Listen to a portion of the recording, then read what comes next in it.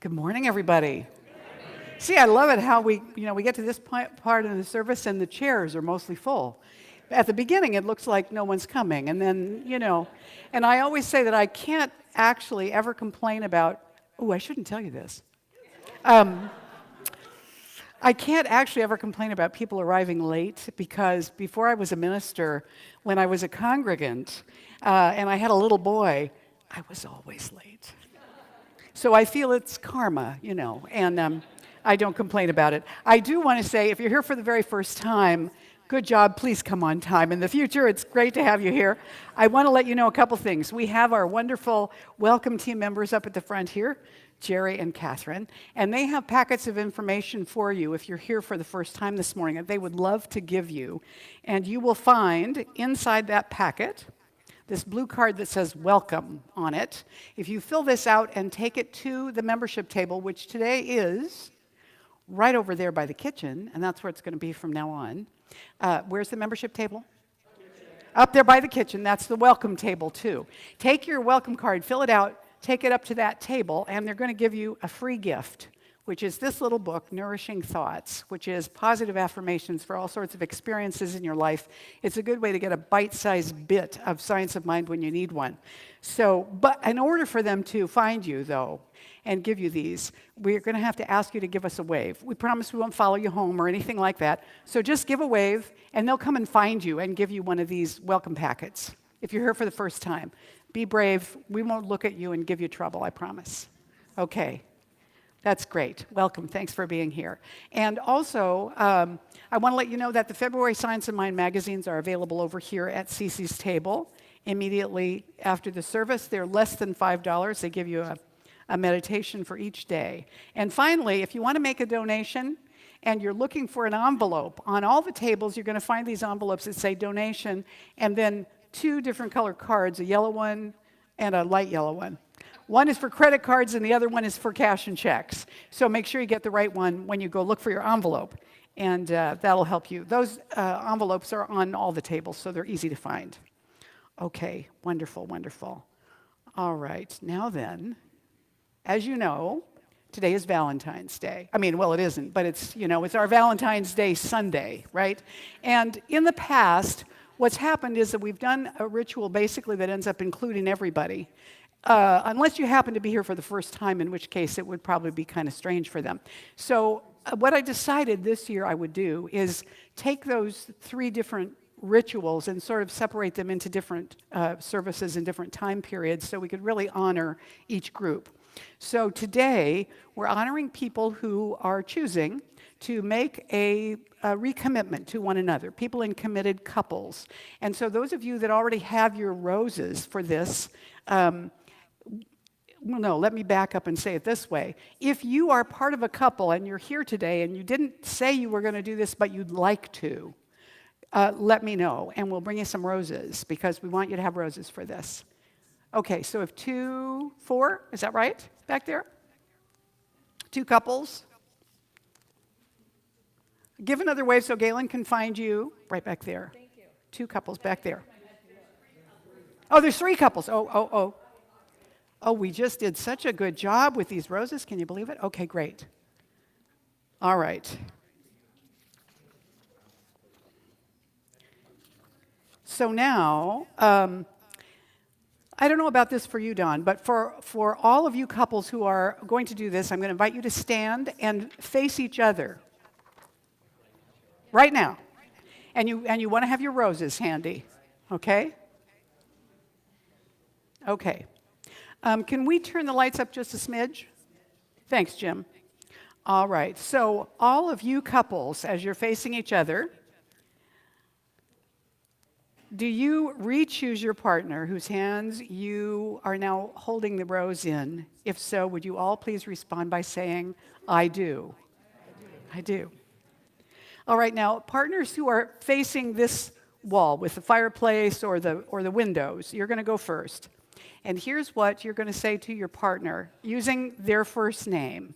So you're going to say, Amanda, I see you in the tired places. Say your partner's first name and then say to them, I see you in the tired places. I see you in the playful places. I see you in the broken places. I see you in the divine places. I want to comfort you in the tired places. I want to join you in the playful places. I want to hold you in the broken places. I want to honor you in the divine places. I treasure you. I choose you to be my physical and spiritual partner. I choose to stand beside you in life's joys and sorrows. I see you. I cherish you. I choose you. And I invite you to accept me and my love today as I accept you and yours. Now, partners who are facing the opposite wall, it's your turn. So you're going to say to your partner, using their first name first, I see you in the tired places. I see you in the playful places. I see you in the broken places. And I see you in the divine places. I want to comfort you in the tired places. I want to join you in the playful places. I want to hold you in the broken places. And I want to honor you in the divine places. I treasure you. I choose you to be my physical and spiritual partner. I choose to stand beside you in life's joys and sorrows. I see you. I cherish you. I choose you. I invite you to accept me and my love today as I accept you and yours.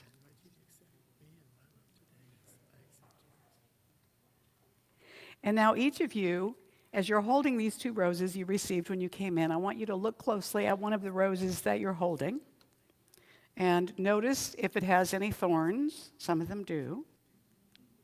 Notice if it has any scent. And now as you're looking at your own rose, I want you to find a flaw in it somewhere.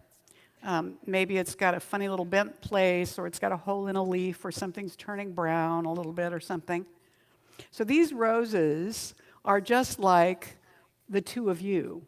They're perfect individuals, but they're not the perfect artist's rose because they have flaws, which rather than making them less beautiful, add something to their uniqueness.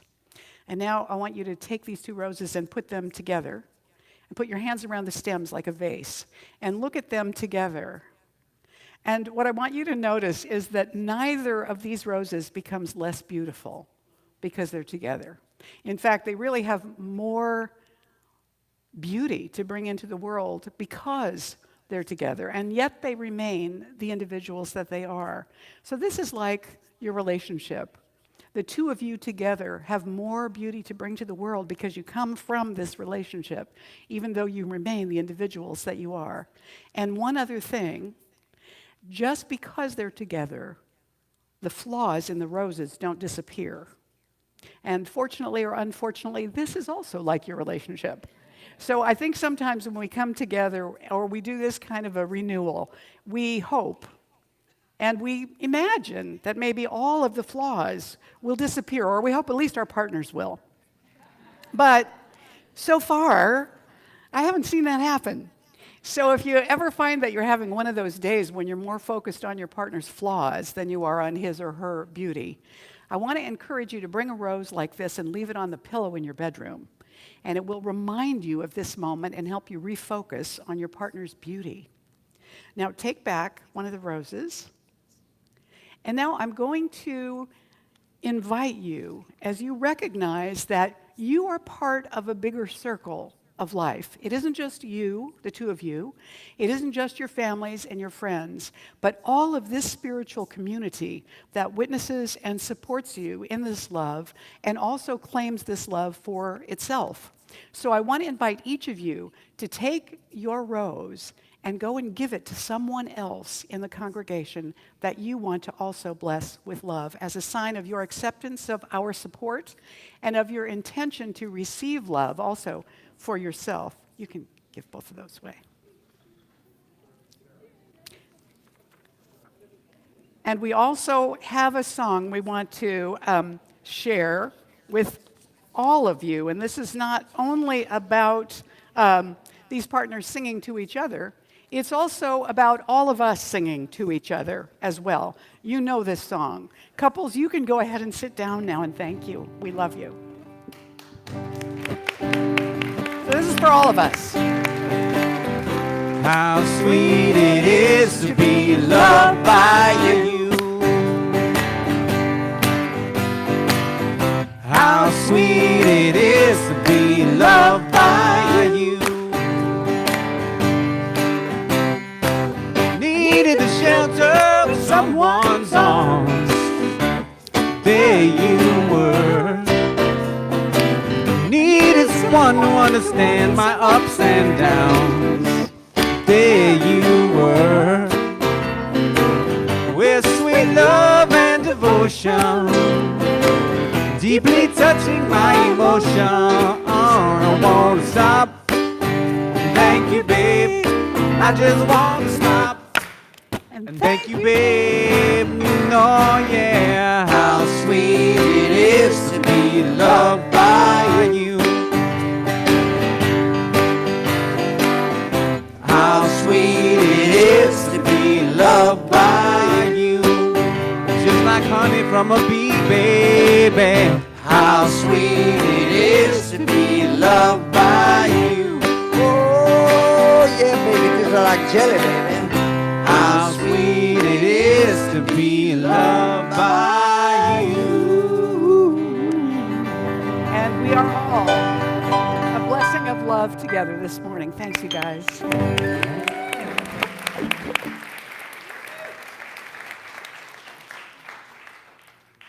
So, February is our month to look at the concept of oneness together and to seek the highest good, the greatest good, the common good for all of us.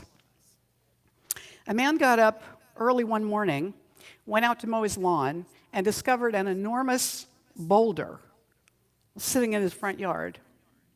And God said to the man, "Push this rock." So he did.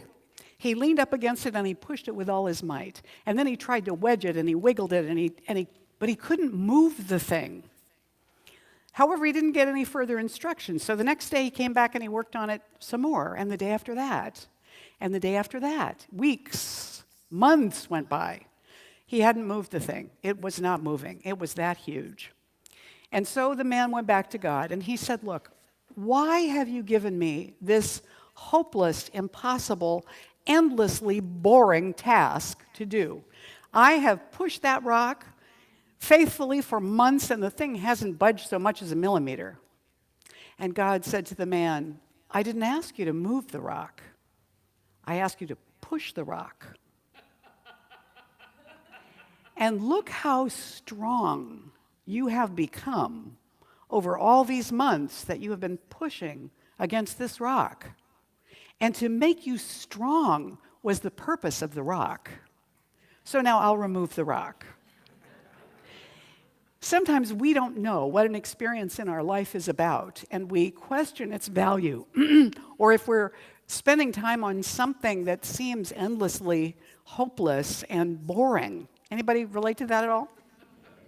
It happens, doesn't it, in our lives? And sometimes later we find out what that's about, but sometimes we don't. And we often have in our lives, all of us, some area of life that is an ongoing challenge for us. So it might be health, it might be money, it might be relationships, it might be jobs, or any of a million other things. So you probably have one or more of your own, yeah? You can relate to that? So when we come to this time of year, the message seems to be about couples, right? And so my theme for this morning is love, but it's not really about couples. It's about much more than that. Because just like Rick was saying this morning, Love is something that isn't limited to who can use it or how much they can have of it or when they get to use it. It's available. The question is, do we see it? Do we welcome it? Do we make space for it? Are we looking for it in that right way? So usually, when we hear the word love, what we think of is romance and relationships and marriage. We might think about children or family, or even our circle of friends. But love needs to be more than that, and it needs to be more than an emotion that is related to a physical relationship with a loved one, a lover. It needs to be more than just the circle of people around us. In order for us to live the vision that we have in Centers for Spiritual Living of a world that works for everyone, we have to expand our circle. Does this make sense? So where else does it apply? Well, it applies to world religions and world faiths and philosophies of every kind. It refers to different ages. It may refer to our sexual orientation or our gender identity. It may refer to our race or our ethnicity or our country of origin or our language of origin.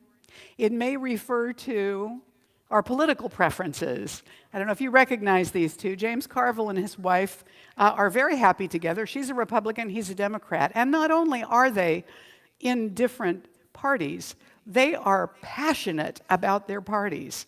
And yet they have a very happy marriage together without any concern about those differences. It also means that it's important across species, and I'm not just talking about animals and people, I'm also talking about plants and the earth itself. Now, let me be clear about this. I'm not talking about omnisexuality. I'm talking about connection, vibration, resonance, awareness, love, care. And lastly, it also is about ability. These dancers, she has one arm, he has one leg. They performed together all over the world. They came together because after she was a dancer, she lost her arm. She thought about finding a partner who had been injured, and she found a man who was an athlete who had lost his leg, and she taught him to dance. And they became dance partners. Sometimes it's an obvious physical challenge. Sometimes it's a mental or emotional challenge or difficulty. But our differences in abilities don't need to block our hearts off from each other. Would you agree? So when we look at all of this, we find that there's more available to love than maybe we had given thought to or made space for. Robert Fulghum wrote in the book True Love, we're all a little weird. And life is a little weird. And when we find someone whose weirdness is compatible with ours, we join up with them and fall into mutually satisfying weirdness and call it love. True love. Well, if we're all a little weird and the world is a little weird, then maybe that circle can get even bigger. Do you think? Ernest Holmes wrote in The Science of Mind, our founder Ernest Holmes, love is the central flame of the universe. The essence of love, while elusive, pervades everything, fires the heart, stimulates the emotions, renews the soul, and proclaims the spirit.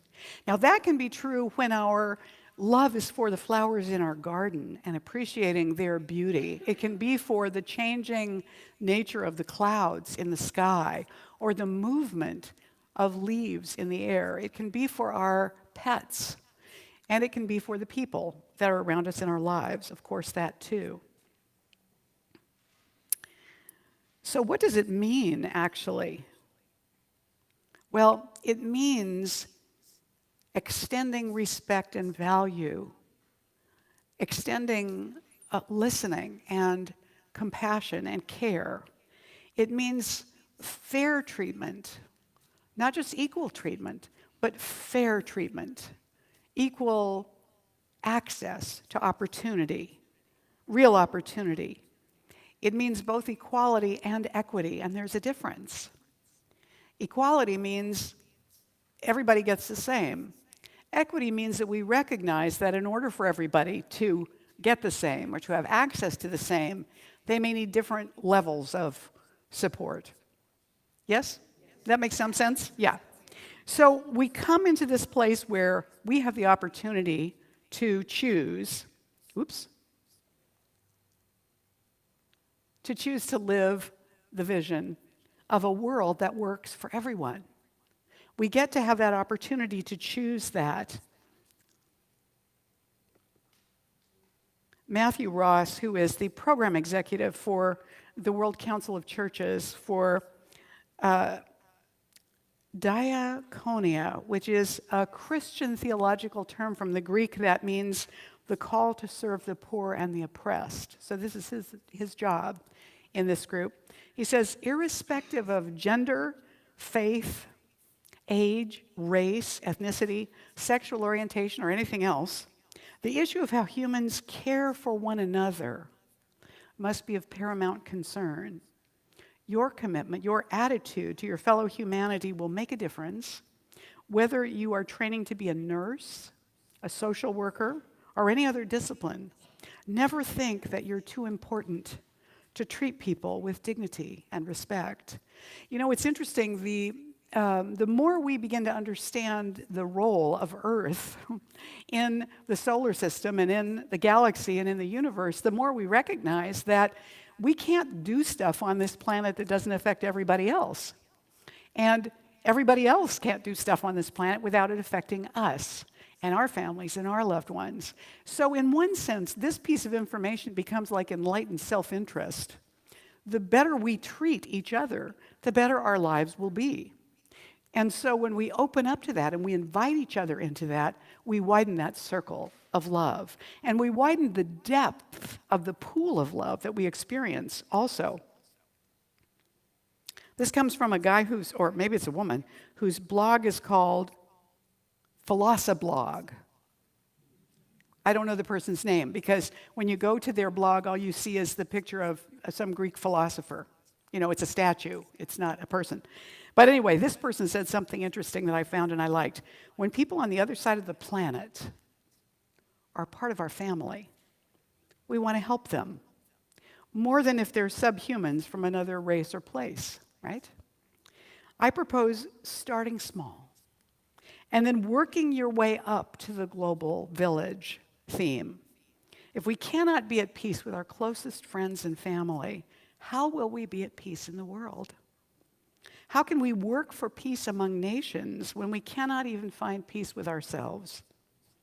While you're working on your friends and family, consider where else in your life you have issues with other groups of people.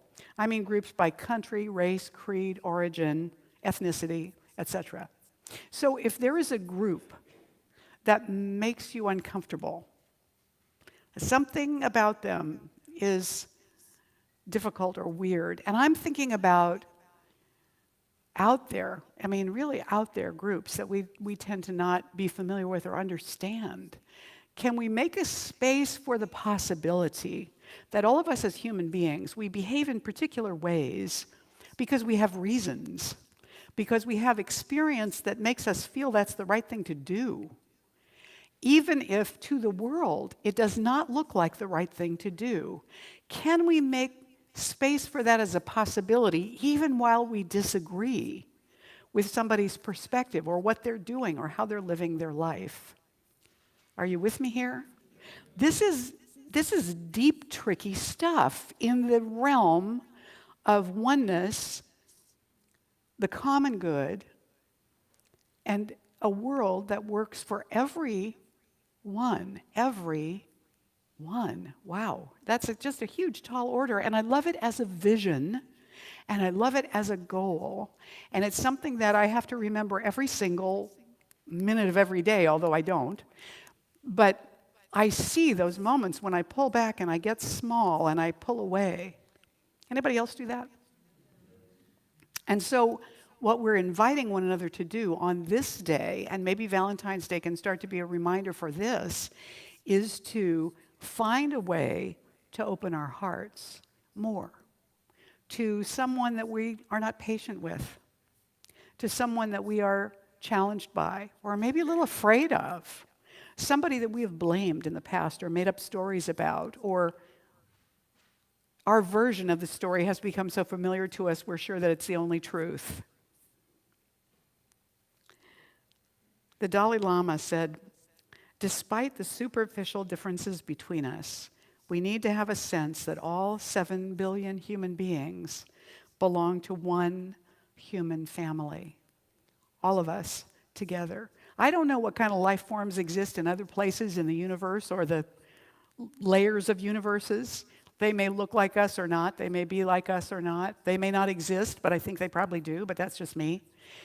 But it makes us pretty much a planet of life forms that are all carbon-based. We got a lot in common.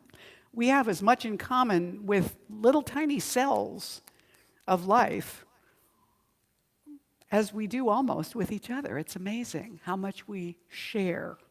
And so if everything is conscious, if everything has some basis in life, in awareness, in beingness, then think about this room as a place of consciousness.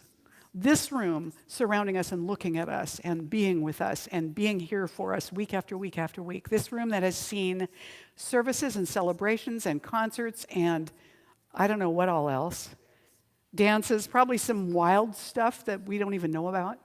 When I was at the church in Vancouver, we rented a space in the Maritime Labor Center. That's where we had our office and our sanctuary and our classroom. Our office was just a classroom space, basically, our sanctuary, that we turned into a sanctuary. And once a year, in the lobby of the Maritime Labor Building, they had like a display show fair. But it was not a volunteer fair, although they did those sometimes. It was not a Christmas fair, although they definitely did those fundraisers. No, this was for S&M. Equipment, clothing, additional accoutrement, right. And so the first year they were there, when our congregation came in, they had to enter through the display to get back to where we were. And the next year, the Maritime Labor Center said, we think that you should open up this other door on the side and have your congregation come through there. And I said, well, we can do that, although I don't think we were offended, and you never know. You might have customers. I'm not sure. But anyway, we cooperated with them. So the space, what I'm saying is the space may house all sorts of things, but it also houses us. I think about the trees on the planet, the most ancient beings on the planet. I always think that some of those trees are also the most intelligent things on the planet. And think of what they've witnessed. Think of the things they've witnessed humanity doing. I wonder what their conversations with each other are actually like. Can you believe they're doing this again?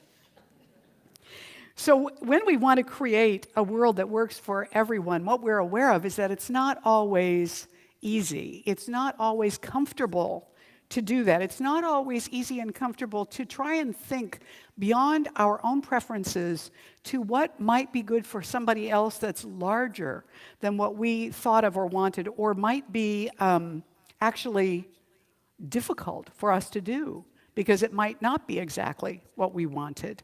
So it's an ongoing practice and a high commitment to be part of something that wants to create a world that works for everyone. And that is what love is love really means. That phrase came out of the movement for marriage equality, but it applies to everything equally, really. It applies to our pets, to our children, to everybody. So I want to share a little, Randy Pausch. Do you know who he is? Randy Pausch is a man who was a scientist. He had worked for Disney as an Imagineer at one time, which had been something he always wanted to do. He was married. He had a child, a baby. He was diagnosed with pancreatic cancer. This was some years ago. And so he wrote a book called, it's now called The Last Lecture. It started off to be a series of little stories for his child or children so that when they grew up, they would know more about him and his way of thinking in the world. And then he got invited to give actually a lecture. And it was not long before he died, although he seemed very healthy at that moment. And one of the things he said was, was the brick walls are there for a reason. The brick walls are not there to keep us out. The brick walls are there to give us a chance to show how badly we want something. Because the brick walls are there to stop the people who don't want it badly enough. They're there to stop the other people. And so I go back to that initial story about the huge boulder in the front yard. We may not know why it's difficult to create a world that works for everyone, why it's so difficult for people to overcome their deeply ingrained prejudices and opinions and our own. We may not know why pushing up against that feels difficult, but perhaps the process of being willing to do the work creates an internal transformation that allows those boulders and brick walls to dissolve, and for us to discover that it wasn't ours to move them, it was ours to move ourselves. Ernest Holmes wrote in Freedom from Stress, life must be one. And that one, in order to be expressed, must be many. But the many, in order to exist, must live in the one. And this final story. How can you tell when it's morning?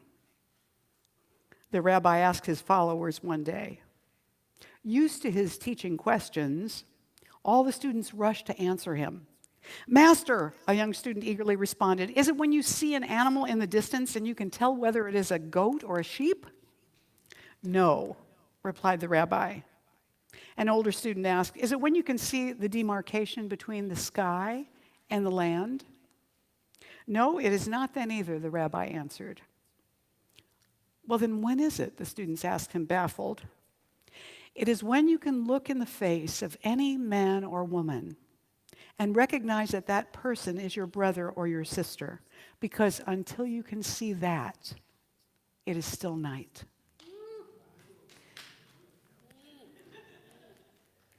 And so in this room, we claim dawn. It is a new day. Let's go forth and make a world that works for everyone. Love is love. Namaste.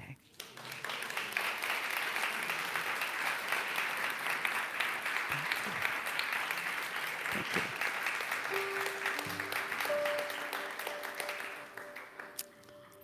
And I want to take you now into a place of prayer. I'm going to invite the practitioners to surround the room. And as we do so, we hold you in prayer together.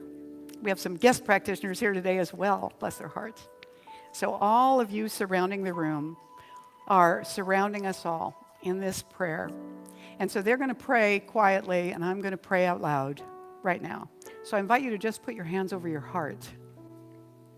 Because the essence of what we are is that creative presence of infinite intelligence, which is love. Love as more than an emotion. Love as the very existence of being. It's what we're made from. It's who we are individually and collectively. This love, we invite it to fill us up. We invite it to flow out from us, from that infinite pool of love, the Pi that is the source of all existence. That infinite pool of love blesses each one in this room. I claim and know that as we are blessed in this way, we're lifted up, that our minds, our hearts are freed more completely from our prejudices and doubts, that we are transformed in our ability to be patient, to see through appearances, to give love, to receive love. This is the truth of who we are. This is the deepest vibration we hold. With gratitude, we give it. and we receive it. So I let this word go into the heart of the divine, into the creative law of mind and spirit, where it always has been the truth. And it is already done. So with gratitude, I let it go, and I let it be for all of us right now. And together we say, and so it is.